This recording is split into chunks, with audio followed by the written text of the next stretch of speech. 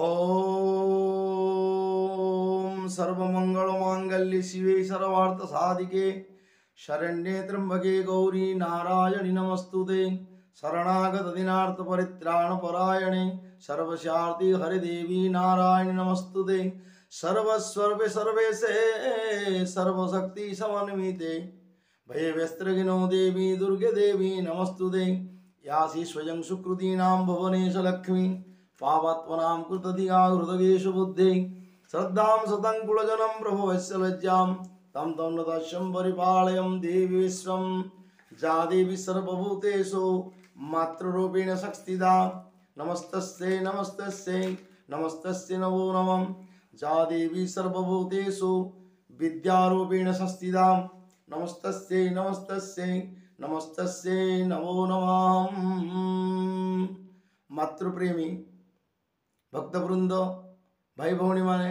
माँ मौसी माने समस्ते जानी रखंतु पृथ्वी श्रेष्ठ है मातृपद वंदना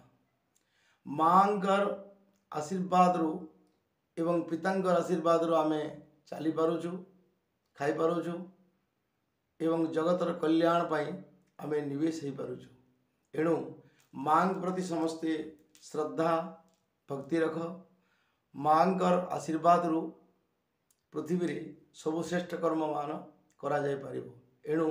मुझे माँ को आज प्रार्थना करुँची यही प्रार्थनाटी समस्ते प्रत्येक संध्या एवं सकाळ समय करेंगे निश्चय आपण माने उपकृत हो पारे। मागो